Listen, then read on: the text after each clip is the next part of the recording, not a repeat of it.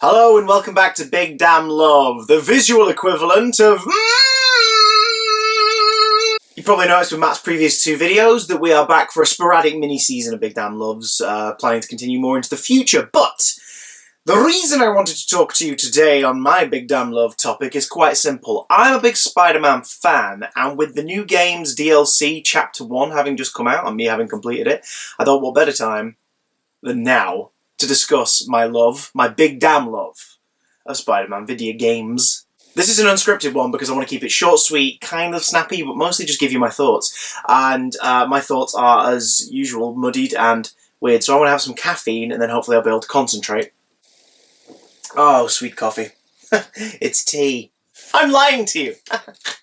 Spider-Man is one of my favourite fictional characters. He's my favourite superhero, he's my favourite comic book character. Amazing Spider-Man and the various spin-off titles have been like my soap opera, essentially, since I was 10, 11 years old, consistently. I've been reading Spider-Man for that long.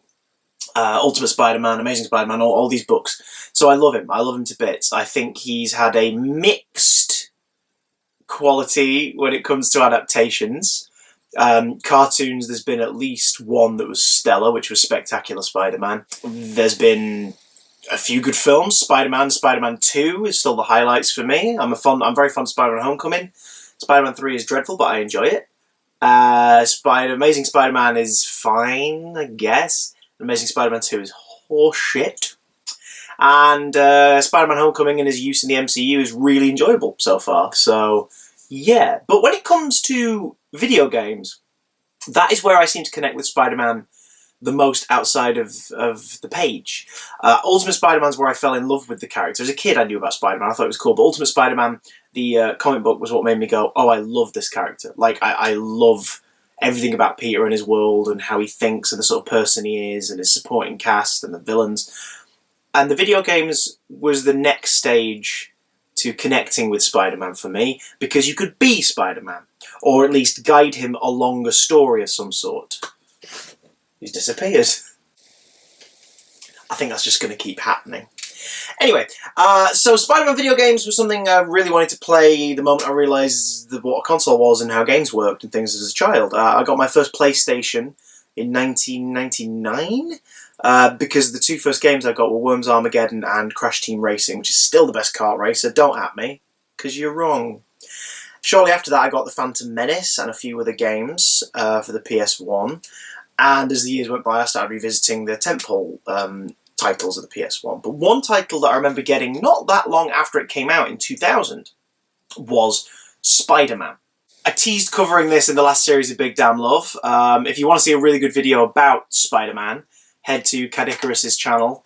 I'll link it below in the description of this video. This is wonderful. This is a 2000 game, released for the PlayStation 1 and I think the Dreamcast, but I'm talking about the PlayStation titles in this video. In this game, a mix of things happens. Dr. Octavius has apparently turned over a new leaf and is doing a big demonstration in front of the world at a science fair to be like, yay, everything's going to be amazing and I'm going to help everybody, new energy, brilliant. And then a Spider-Man impersonator steals the technology in front of everybody. Suddenly Spider-Man is, you know, public enemy number one again, and Venom is in the crowd. Full-blown 90s goofball Venom, who's in like his lethal protector phase at this point, and decides he's going to apprehend Spider-Man, and he's going to do it the way no one else can, by hitting him personally. So he kidnaps Mary Jane. Black Cat is trying to give Spider-Man information on where the tech's gone, and the fact that Rhino's involved now, and all the while Doc Ock is clearly behind this and planning it with a mysterious ally to one side who may prove to be a problem for Spider-Man and Venom. It's Carnage. It's Carnage. This was a game that was being developed in the 90s. It's Venom and Carnage play a big role in this. And it's aged for that! But it's a really fun story, a really fun script. It was the first sort of Spider-Man, bit of Spider-Man media that really indulged in the wider Marvel Universe, to my memory. Characters like Johnny Storm, the Human Torch, Daredevil, Punisher, like these characters pop up in this game, like they feature, and when you complete it, you can unlock, I think it's through a cheat mode, because it's one of those games with a cheat bar, and if you typed in a red word, Spider-Man punched it, you could unlock a what-if mode, so the story was narrated by Uatu the Watcher, and everything was slightly weirder and different. Symbiotes are in it, Mysterio's in it, Scorpion's in it, It's a lot of fun. Stan Lee narrates the main story, so at the beginning of every new chapter, Stan Lee's narrating it. There's a really nice mix of different costumes, and it's got one of the best Spider-Man theme songs ever. It takes the 60s cartoon theme and does something really spectacular with it. This is wonderful. If you can get a hold of Spider-Man for PlayStation 1, do so, because it's great. SpiderMan II! Enter Electro. It was released on the PS1 in 2001? I think so. So I would have been a 10-year-old nippy playing this. This is great, even though I appreciated it a lot more years later. What's great about Enter Electro is it's Electro's your main villain, but the Mafia get brought into this a lot more. Sandman and Beetle and a few other characters arrive, but Hammerhead is a big player in this. So much of the dialogue in the cutscenes, right down to one of them being flat out a recreation, are references to Goodfellas and The Godfather. And this is great. Same voice actors from before, so Rino Romano plays Spider-Man. He's pretty great, actually. He was the voice of Spider-Man in my head for years reading the comic books. It's a wonderful game. The graphics have gone up, like the quality over the previous one is a lot better. The tagline is, you don't just play it, you live it. Not that good, but really enjoyable. If you enjoyed the first one, do track this down. I recommend it. It's great. Lighting change. The next big Spider-Man PlayStation release that I remember getting hold of and playing was in 2003 for me, when I got a PlayStation 2. I got it from a Blockbuster in Swinton, and you could get 2 games with it for an extra 20 quid out of a selection. So we got the PlayStation 2, and we picked X-Men Next Dimension, which was a beat-em-up, and Spider-Man. This is one I remember very fondly, but I don't think it's that brilliant. It's very linear, like the previous 2. It's levels and stuff, but there's bigger cityscapes. Obviously, it looks 10 times better than the previous games. And the graphics quality for like the FMVs and everything is beautiful. That looks like a photo, but that's not. That is like in-game movie graphics style. It's an adaptation of the 2002 Spider-Man movie.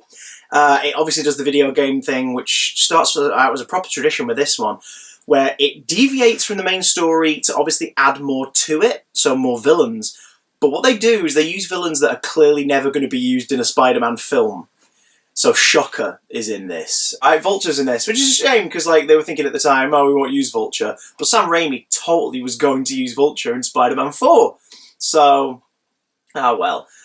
What's really nice about this is the film cast do voice their roles. I don't know if all of them do, but Tobey Maguire's definitely Peter Parker, and Willem Dafoe is definitely the Green Goblin.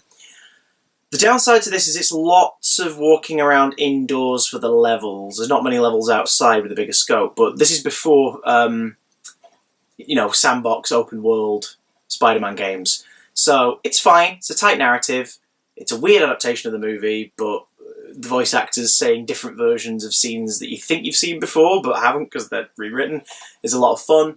And there's also a lovely cheat where if you complete it in, I think it's the hardest difficulty, you unlock an entire playthrough of the story where you play as Harry wearing the Green Goblin armour, complete with glider, so you can get around, trying to find out more information on what happened to his dad. And it's the same game, but like dialogue is completely redubbed and different for different characters, so that it becomes Harry retracing Spider-Man's steps to learn about what his dad was up to. This is fun. Not amazing, and not amazing, Spider-Man, but fun. And then we move on to, ladies and gentlemen, the Mac Daddy of Spider-Man video games, or at least as far as everyone's concerned. Whenever people were talking about the release of Spider-Man for PS4, they kept saying, oh, will it be as good as Spider-Man 2? And here's my controversial opinion. This is not the best Spider-Man game. It just paved the way for Spider-Man games to be more adventurous. It is damn great. And Tobey Maguire and Alfred Molina and Kirsten Dunst are in it, playing their roles from the films. And the 2 big boss fights with Doc Ock are really good. And Shocker's in it, because Shocker just becomes like the punching bag for all Spider-Man video games from this point forwards. But it's... I dare you to revisit this. with those rose-tinted glasses on that you've all been wearing when you were running up to this and going, oh, like, is it going to be as good as Spider-Man 2? Replay Spider-Man 2, guys. Replay it. See if you feel the same way. I don't want to take anything away from what it did for Spider-Man games, though, and I certainly don't want to take away from the experience I had first playing it. This is one of the first games that I completed on my first sitting, like all the way through. A lot of games, I'd get to a point, I'd get stuck, and then I'd stop, and then one day go back and pick it back up again. This bad boy I played continuously for about a week outside of school hours and completed it and fell in love with it. I do want to go back and play it myself full on, just for nostalgia's sake, but I am braced and ready to have a tough technical experience. However, it did introduce the counter stuff, Rhino's in there. The FMVs are weird because they're beautifully animated, but no one looks like they do in the films. Just really strange. Like Doc Ock has comic book Doc Ock hair in this. It's really odd. All in all, a lot of fun, and continues another tradition of these games, which is that Bruce Campbell is in them as the tutorial voiceover, and he's just buttery biscuit based Bruce Campbell. Gotta love him. He's just brilliant, and he's fantastic in these. And it's because the movies are directed by Sam Raimi, Bruce Campbell, Evil Dead connection. Fun! Fun!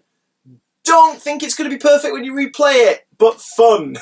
Ultimate Spider-Man, Ultimate Spider-Man. I have talked about this one in a previous BigDamnLove episode, which is probably going to be in the suggestions bar over there, I imagine. This is a lot of fun. This takes the formula of Spider-Man 2 in terms of the gameplay. It gives you a full open world New York, just like Spider-Man 2. However, it is in a comic book cel-shaded style. It is a story set within the Ultimate Comics continuity. So technically this is the second Venom storyline. Because it's the comics, they don't feel restricted by which villains they can use. So you've got Ultimate Green Goblin, you've got Beetle, Sandman's in there somewhere, Venom, of course, a version of Carnage. This is really fun. The Rhino fight is great and really tough. I really love this. If you want to get a sense of the gameplay, I posted some gameplay on my YouTube channel and here on Big Damn channel last year during our Amazing Spider Month. It's great. The best feature of this is you switch between Peter and Venom. So you get to play as either Spider-Man or Venom. Certain points in the story you have the freedom to switch. And that's great. And you switch over and it is fun to be Venom in this.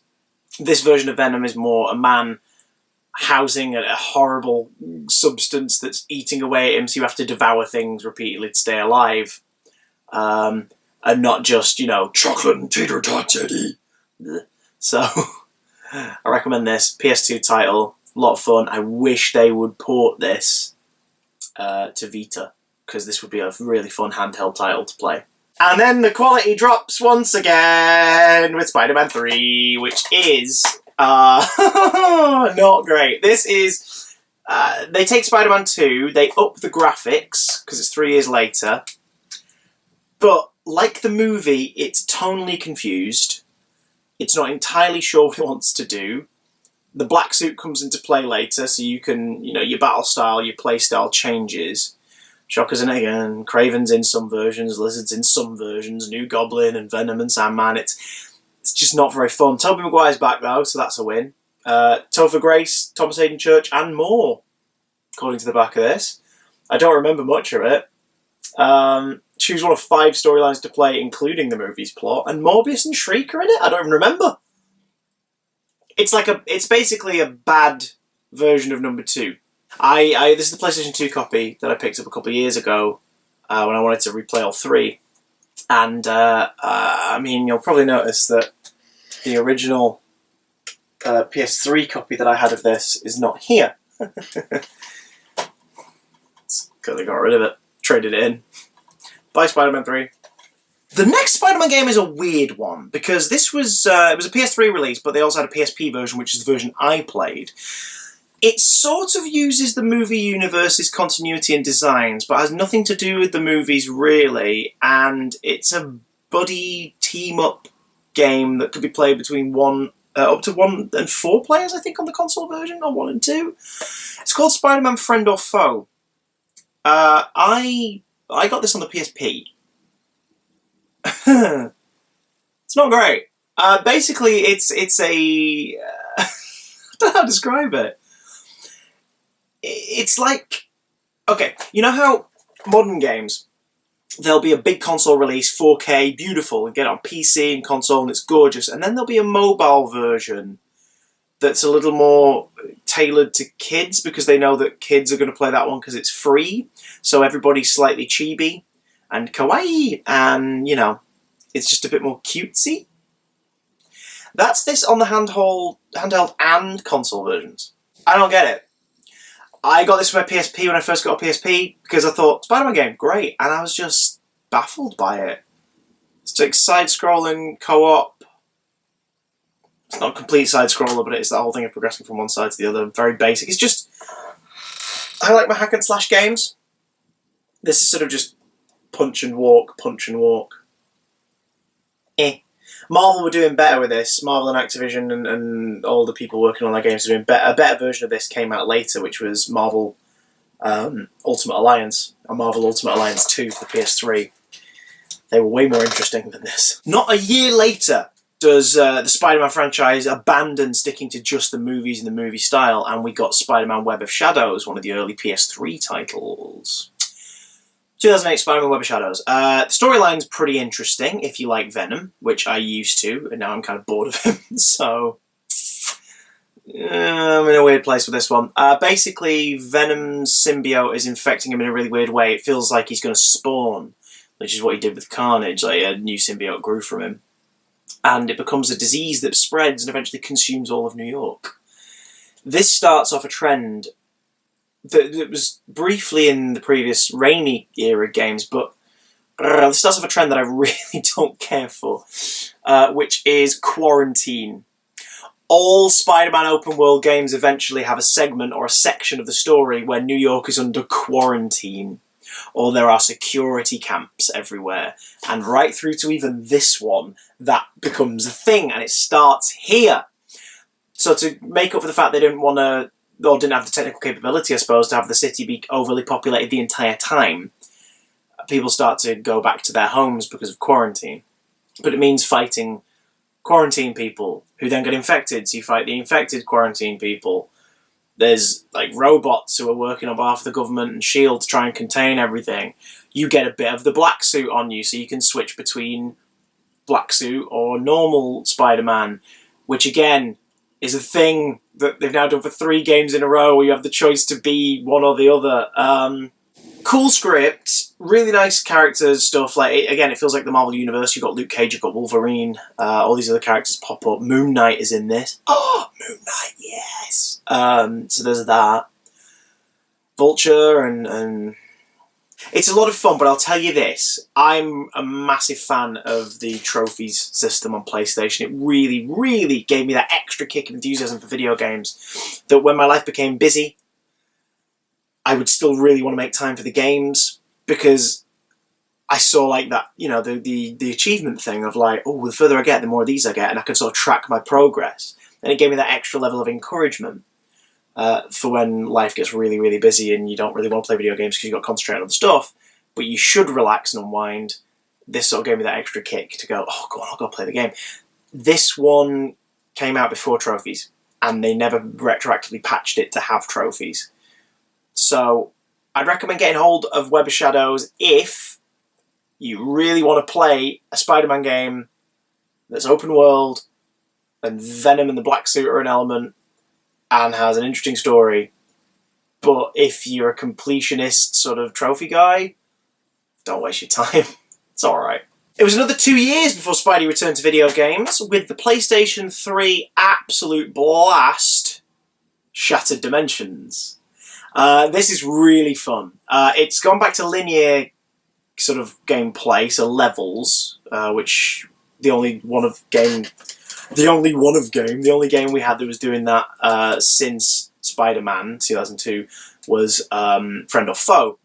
But it works for this. The idea is that what's it called? The tablet of something? The tablet of whatever. There's some kind of tablet that holds dimensional lines in place.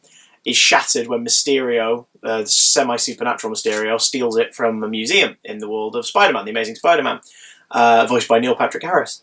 Again, after the MTV show.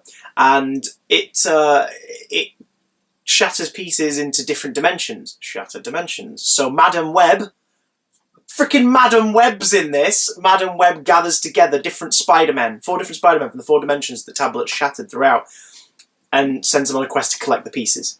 So basically you have 4 levels in Act 1, 4 levels in Act 2, 4 levels in Act 3, finale. Each level in each act is with a different Spider-Man. So there is the bombastic, adventurous, we're used to it by now, Amazing Spider-Man gameplay with Spider-Man. There's the stealth-based Spider-Man Noir sections. Spider-Man Noir is voiced by, if I remember correctly, Christopher Daniel Barnes, who plays him in the 90s animated series. The fellow who voices Spider-Man in SpiderMan and His Amazing Friends, the cartoon from the 70s, voices Spidey 2099, Miguel O'Hara, which is fast-paced, zip-lining and sort of like flying car kind of levels in the future with a really cool neon look. And then there is Ultimate Spider-Man, played by Josh Keaton, who voiced Peter in Spectacular Spider-Man cartoon, where he has the symbiote suit, because reasons, but whatever, it's fine. It means you have a very varied gameplay between the 4, and he's dealing with sort of seedier, scarier stuff, and some fan favourites. So you get a nice variety of villains and alternate versions of villains. Spider-Man goes up against Sandman, Kraven. Spider-Man Noir goes up against Vulture, who's like a cannibal in the Noir universe, and like a version of the Green Goblin. 2099 goes up against like 2099's Hobgoblin, who's never been a thing before this, so that was really cool. And Ultimate Spider-Man goes up against Carnage, because of course, and Ultimate Deadpool, making technically, I think, his 2nd appearance by that point, maybe 3rd. A lot of fun, and then you all face off against Mysterio at the end. There's a lovely post-credits bit where Spider-Ham shows up too late, and it's like, oh, alright, never mind. Which just makes me really happy, because when you see that scene in the new Into the Spider-Verse trailer where he's like, it can get weirder, and like stretches his hand out to have a handshake, I'm like, someone who worked on this played this. So, Shattered Dimensions is a lot of fun. It's linear gameplay, which feels like a step back almost for what was possible with the Spider-Man game, but the story's too good and the variety of gameplay is too enjoyable that it's definitely worth looking at. If you've got a PlayStation 3, get hold of Shattered Dimensions. The problem is, they enjoyed making this so much, they decided to make another. Yes, now that Beanox are in charge of developing the Spider-Man games, Activision pumped one out of them for like nearly every year. Shattered Dimensions got a sort of sequel, which is a sequel in that it references the events of Shattered Dimensions, but it features 2 of the Spider-Men from Shattered Dimensions, but they're recast with 2 of the actors that didn't play them in Shattered Dimensions. So it's a story of Amazing Spider-Man, main universe Spider-Man, not voiced by Neil Patrick Harris, but now voiced by Josh Keaton, who was Ultimate Spider-Man in the previous game, teaming up with Spider-Man 2099, who was voiced by the guy who did it from Spider-Man's Amazing Friend in Shattered Dimensions, which is now voiced by Christopher Daniel Barnes, who was the voice of Spider-Man Noir in the previous game, and the voice of Spidey in the 90s animated series. And it's a really cool idea for a story, where events in the past are linked to something that happens in the far future of 2099, the possible future. So Spidey of 2099 knows that stuff there is going to affect stuff back here, because someone's going back to deal with this, that and the other. So Peter and Miguel are switched, and Peter has to deal with the future side, and Miguel has to preserve the past. And it's the leader of Alchemax is the villain, and Doc Ock's in there, and Anti-Venom's in there, and there's a weird 2099 Black Cat. It's called Spider-Man Edge of Time, and you'll probably notice I'm not holding it. I did own it. I did play it. I sold it. It was boring. Spider-Man Edge of Time makes the massive mistake of limiting the majority of the gameplay to dark and dingy laboratories and ventilation shafts.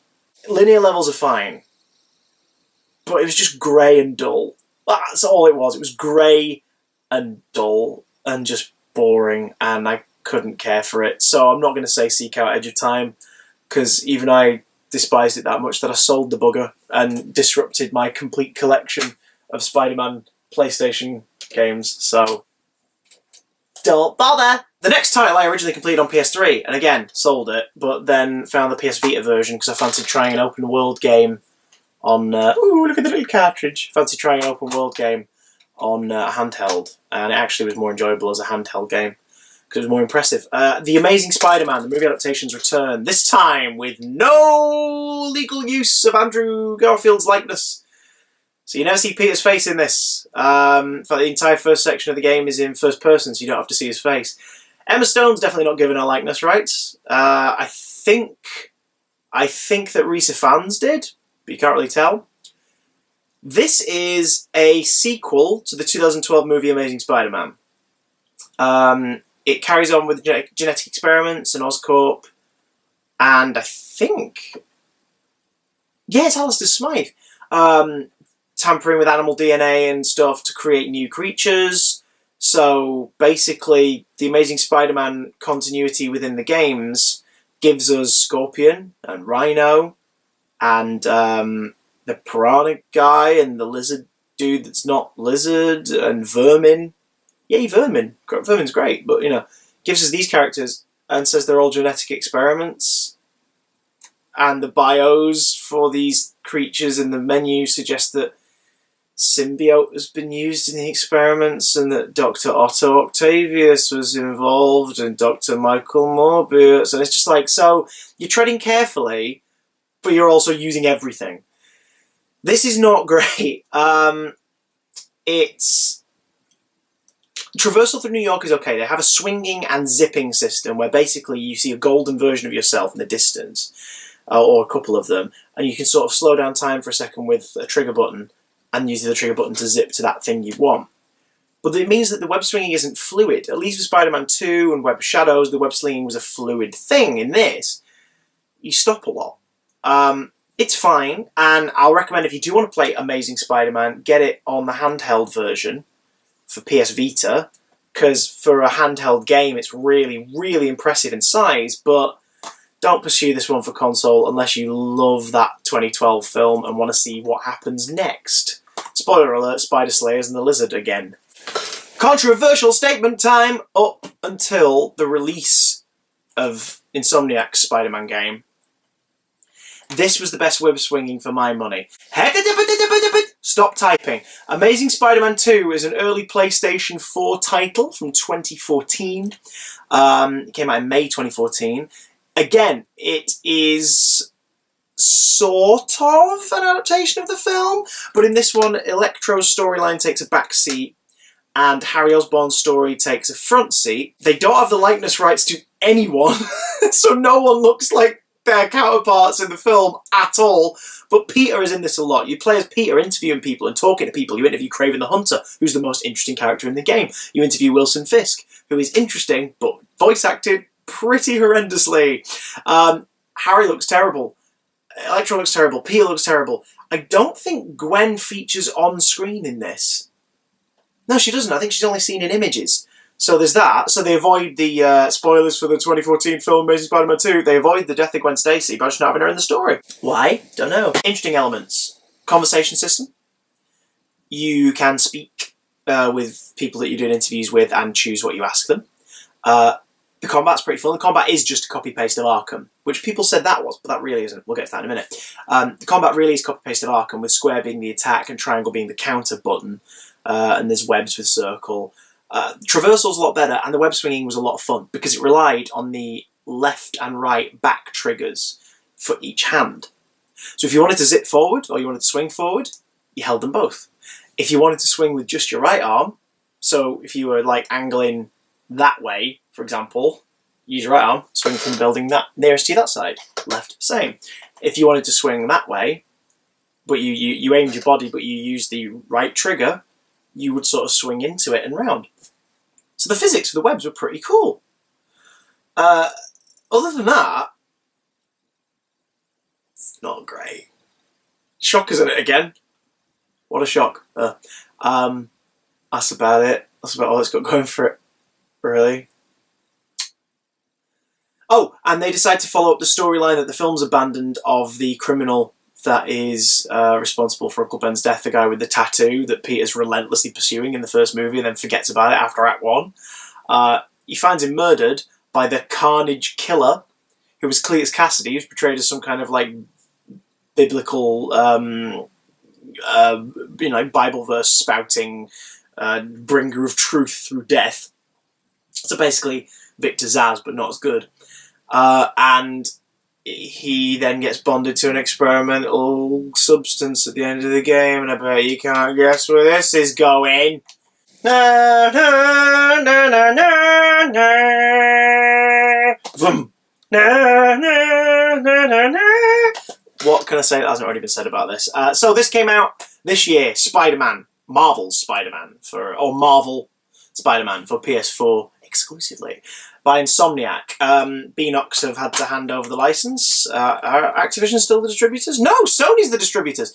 Oh, that's why this is good then. So basically, this is fantastic. I don't want to say too much about this, because it's still fresh and I want you to go play it, but I will say this. The combat takes a bit of getting used to if you're going in, like myself, having played all of these, and you think you know what you're in for. You're not.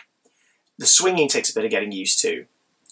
But once you get the hang of it, usually within the first half hour, and then more so as you develop skills, once you get the hang of it, this is incredible. I finished this story about a month ago, and I still regularly revisit the main world just to swing around and randomly fight crimes, because it's that enjoyable to just swing and traverse this New York City that I do that. The amount of costumes that you get are nuts, which is a tradition throughout all the games in some respect. The two Amazing games do a good job of giving you a decent costume library to use. This game, of course, gives the added benefit of each costume has a skill that is not stuck with that costume, so if you want to use that skill but not wear that outfit, you can just put it onto whatever outfit you're wearing. Brilliant customization. Traversal's fantastic. Story's great. It's Batman Arkham in the sense that it's Insomniac's take on Spider-Man using the comic books as its main inspiration. Whereas Arkham also used the Batman animated series as some inspiration, this uses, I would argue, SpiderMan II as its main inspiration outside of the comic book world. Especially with your relationships with a certain character, and the fact that you're a bit more seasoned in this. He's been at it for 8 years, he's 23, he's been at it since he was 15. Gadgets are a big part of it. Again, once you get into that flow, you can take on a room of 100 dudes and do it easily using everything in your arsenal. This is so much fun, and I can't wait to see where they go with it. I can't wait to see what chapters 2 and 3 of The City That Never Sleeps are going to be like. I won't get to play them till January because Panto season starts soon and this isn't coming with me. But I'm blown away by this. I would say, as far as what my favourite Spider-Man game for PlayStation is, I would say this is probably tied with... Oh, where's he going? Where's he going? That. Back to the beginning. The first one was so much fun, and I still quote this, and I still revisit this often because it's so much fun. This is obviously this head like miles above, you know, like this is incredible. But out of all the Spider-Man PlayStation games, if I were to recommend two to you to play, gentle viewer, at the end of this long rambling love session for Spider-Man games, it'd be Spider-Man 2000 for the PlayStation 1 and Marvel Spider-Man 2018 for the PS4. What's your favourite Spider-Man game? Have you played any others that I've not played, like the earlier stuff? Things like Spider-Man Venom Separation Anxiety, Maximum Carnage, Spider-Man vs. the Sinister Six, or all the NES and Super Nintendo games, all the mobile games. Have you been playing Spider-Man Unlimited? Have you been playing the Free Runner? Are they good? Let me know down below. What is your favourite Spider-Man game? What did you think of this bad boy? And would you like me to delve any deeper into one of these titles for a future Big Damn Love? If so, which one? Let me know down below. Don't forget to check out Matt's 2 new Big Damn Love episodes on Predator and Hellraiser, and I will see you for more nonsense here on the Big Damn channel very soon. Thwip is what I would do if I could shoot webs.